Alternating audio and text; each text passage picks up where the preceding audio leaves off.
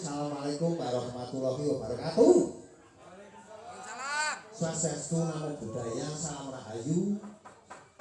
Mugi tansah waradin sagung dumadi. Lah, nggih. Matur kenging matur nuwun dening dalem menika kula dipun paringi dawuh dhateng kadang kula ingkang kula tresnani panjenenganipun Ki Jumari Hadi Sunarto.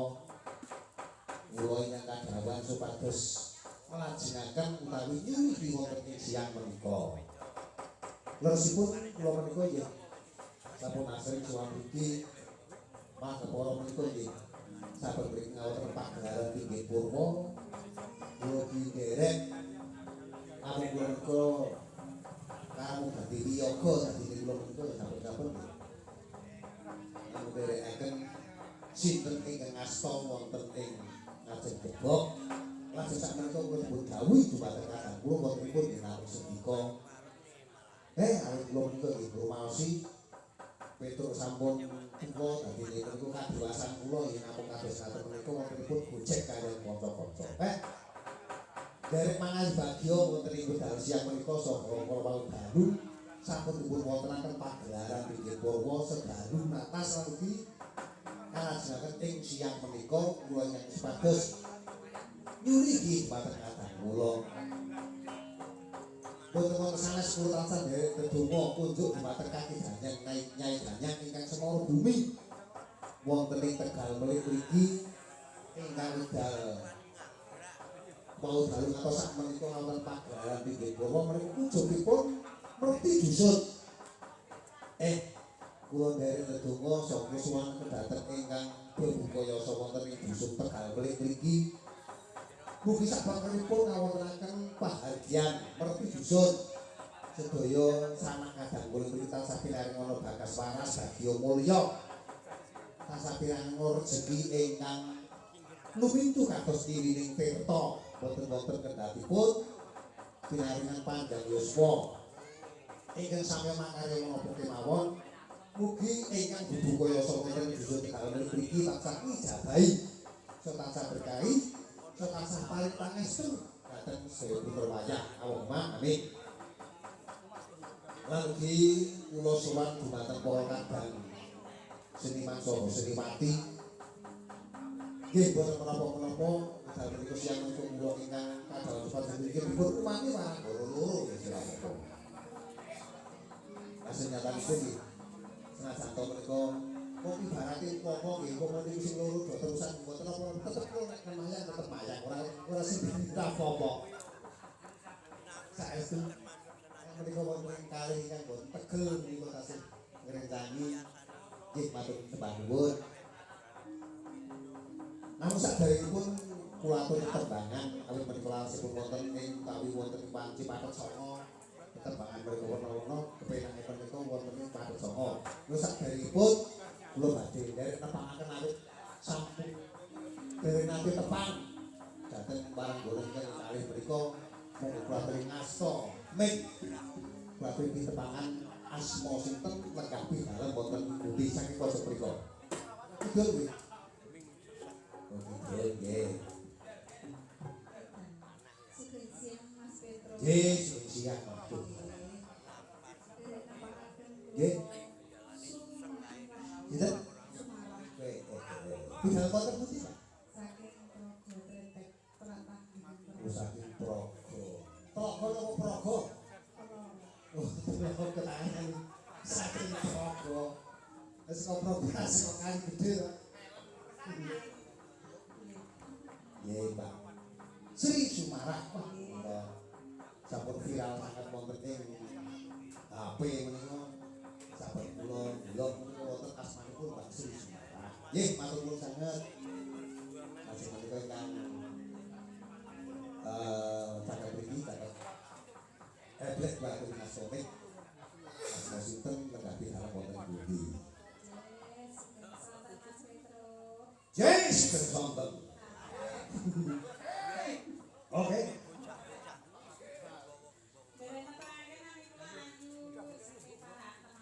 Oh. Nek kula kan lho, Pak. Kula bakal siji wis kok progo sing jenengan wis kok kalen. Oh, nggih.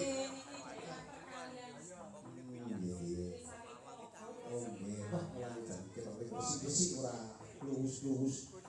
Mergo saking kalen to. Nggih. Matur nuwun menika sampun tasih kantun wonten mriki. Boten terusan. Nggih. Nek begitu-begitu ora perlu kualifikasi dene ora. Ah, pokoke wis ora. Kok iki kantor mau produksi dari pirang-pirang saiki ado lunga kabeh ya terusan tak ya.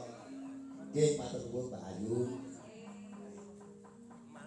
Nggih, menika atur panglipur kunjuk dhateng para sang kadang wonten ing Tegal mriki. Mumpung menika wonten laras mentasi wonten Sidro kula nyuwun kalian Mbak Sumarah supados ngaturaken jineman nang rumiyin. Mangke jineman ana ping 5 terus nanggung dalike ana ping 6. Nggih. Jineman ular kambang Pak. Nah, ular kambang.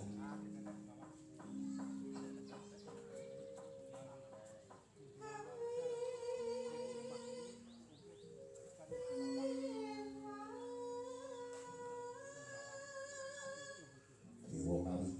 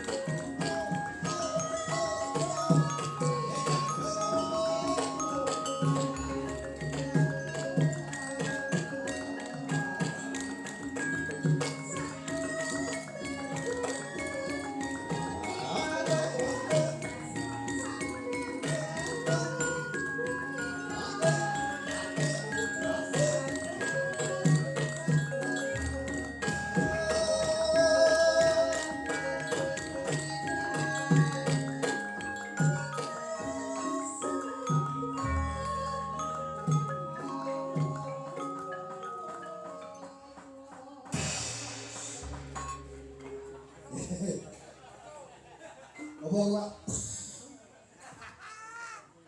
Yo. Ya Mas Agung. Jeng matur nuwun sampun.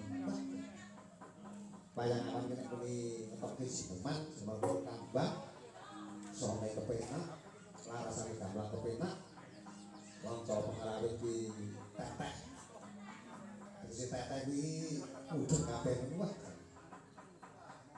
kaya nang swarga ini swarga ini bang lengkang pengen dhewe saiki arane wae sampun berdampang menika pun lajengan Pak Haji menika langgan pun langgan beremu monggo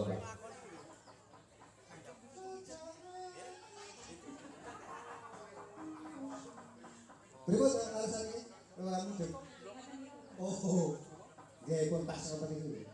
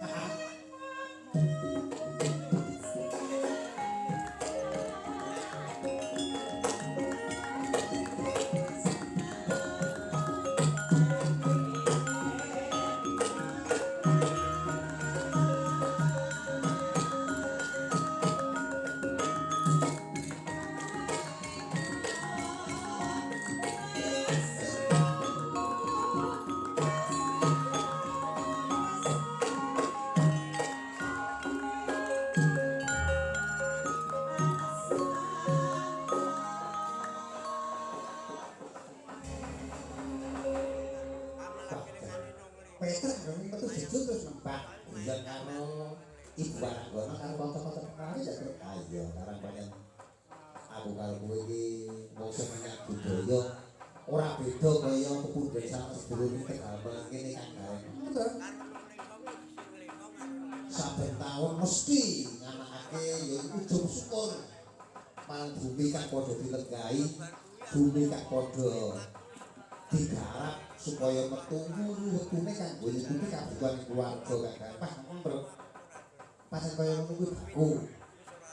Sebab ana sing ngendikake para winasih sing ngendikake sing gelaran wayang kulit kuwi mau yen wektu bengi ora kok mung wujute kuwi mung nonton wayang nang uga prihatinake desane supaya besok tahun ke depan iki bisa luwih maju, bisa luwih subur makmur, ayom-ayom tentrem. Ya ngono Kang. Lan uga aku karo kowe derek dedonga kunjuk dhateng para sak kadang wong ing dalem kene aku lan kowe supaya diparingi dawuh atur panglipur sak gaduh-gaduhe Kang iya lho saiki rene aku wis nembang saiki tak garek nembang sing prayoga sing duwe kepenak. Wah, aku nembang apa ya terus bingung iki. Lho kok bingung kok piye to? Ayo nembang sing gampang bae. Aku tak jaluk larasane pelok pilbun. Arep nembang apa? Ya nembang sing jibuh karo kajate para warga ing Tegal Melingke iki Kakang.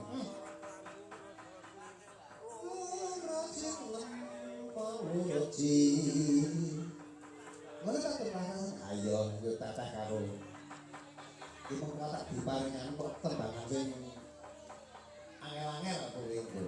Sing bangsa pelok dislendroke.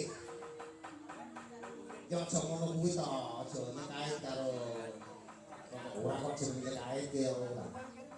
Timbangane ngantuk kula tak nyuwun karo panjenenganipun Pak Sumaras Pak Dumaki dipun bawani mangkipun gawahaken gending kanca tani. Monggo Pak Sumaras kawaturi bawani. Ipil ora kok ipil. Ngapur kae. Ono itu alasan kok.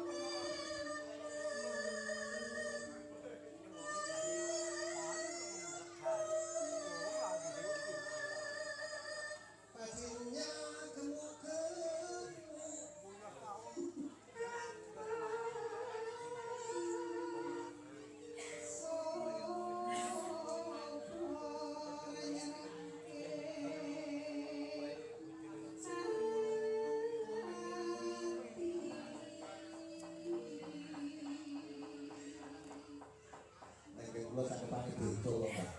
Wong kula asli saking Jawa. Sing terus piye iki? Oh, nek kula nyenengke apem. Oh, nek kula. Monggo kakane Bu Joko nek kula.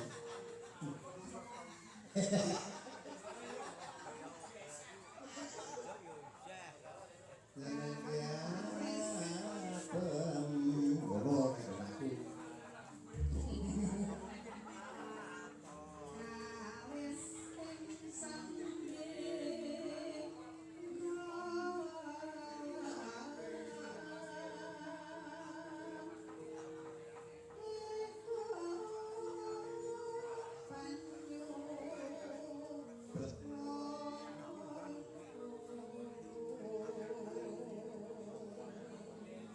Kira panuwun rasa digagas. Enggak, enggak sengaja. Akhirnya monggo. Cie, ono kok gitu kan?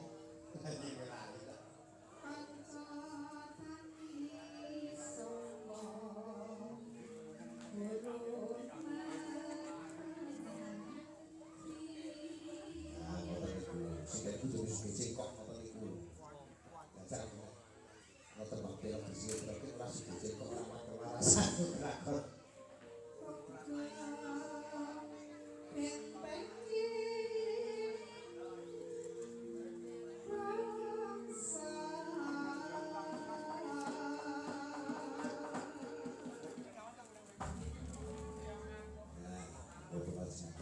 Telepon konco tani.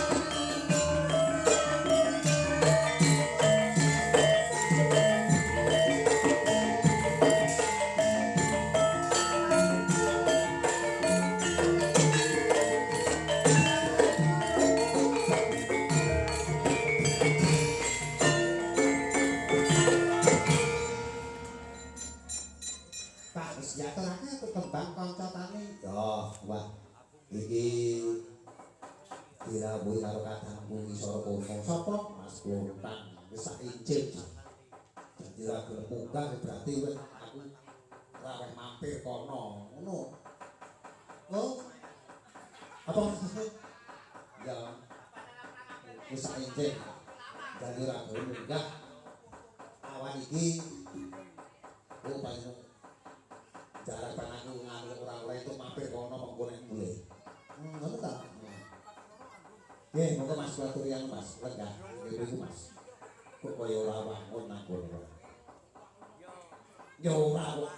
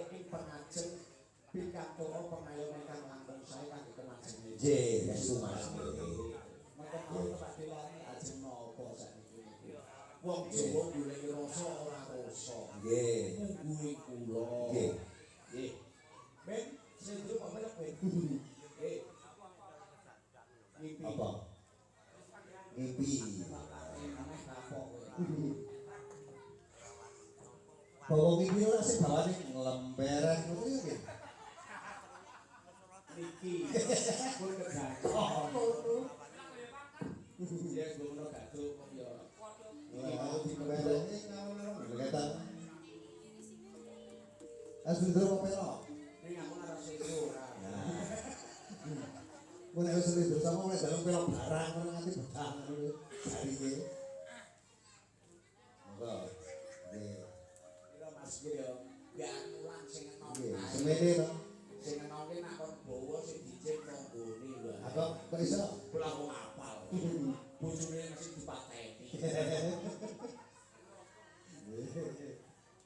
Sepiro Mas? Ngombereh ngono. Ngomboro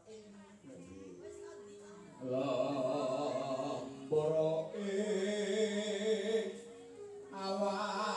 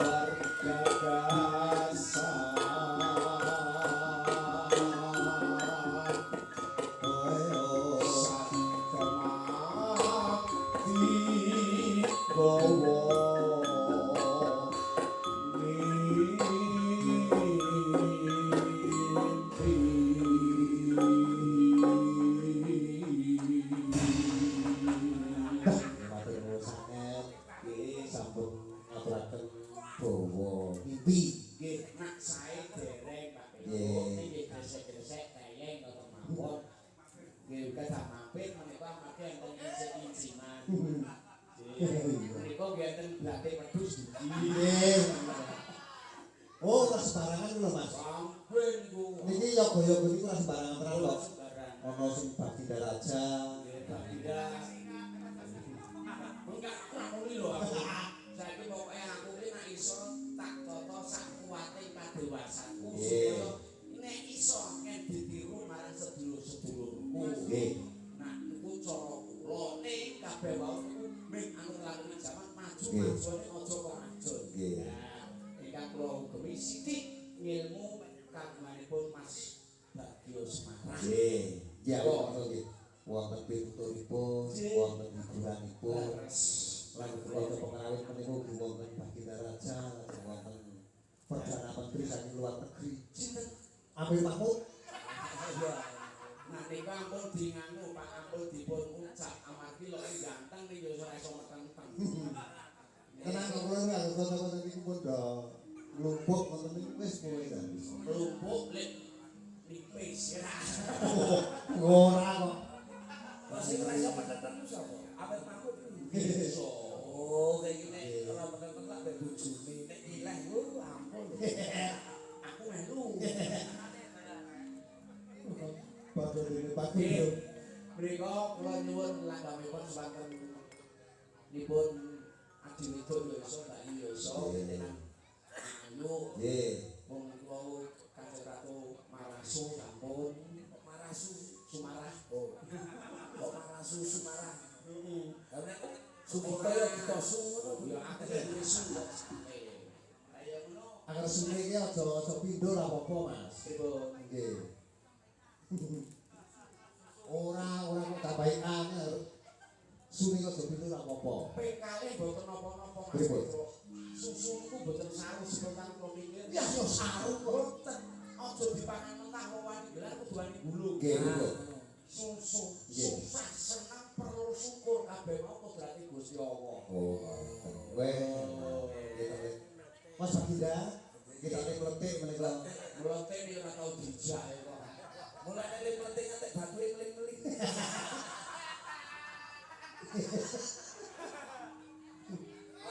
Mas Roda. Iki tiang yang mulai niku jadi bak niki. Nggih, iki kok ngundang dalang aman kok saka India. Oh, langsung kok surat. Ya semoga-moga mligi-mligi Mas karo Mas Petro langkung anggenipun nglestariaken budaya maksinamaken marang laku kahanan kabate rumah kurang mati. Nggih, Mas. Nggih, matur suwun Kanjeng Ratu Kamu Bayu. Monggo mampir nggonku ngina. Ya. Mesti regem nggonku. Oke. Oke. Tenan lho, soalé kula tak yo dijol kok. Oh, pelatih kan sing pamer kan mesti doa. Lek anak ya apa? Lek jenenge wong normal ya wis. Wong normal aku nangake Bayu Semarang ayu ki ayu amarga aku normal. Orang normal orang dipandang pilih-pilih. Dadine wong mampir. Oh iya. Jeneng Pak Ijeso. Ingin ya, ingin. Ya iso iki mbok kancane bijak. Nah, aku melu mikir jalan iki ketapet iki ya mikir. Kan wong loro iki dudu kuadrat iki. Wah. Jan, kok buka lagi ngene ya. Nggih kangge sedher ateges menika nanyah marang panjenenganipun boten namung angrat-angrat nggih pun sampeyan. Ngono iki saestu bener Pak. Ojo panjenengan blok ketucut ning wonten panggonan kula kedah saged keterakaken kawonten. Nggih, monggo ta. Nggih, kedah silsilah. Kedah anu kagungan raos adres. Kowe cuma aku tak ayat. Aku aja pegone wedhus. Menika wedhus.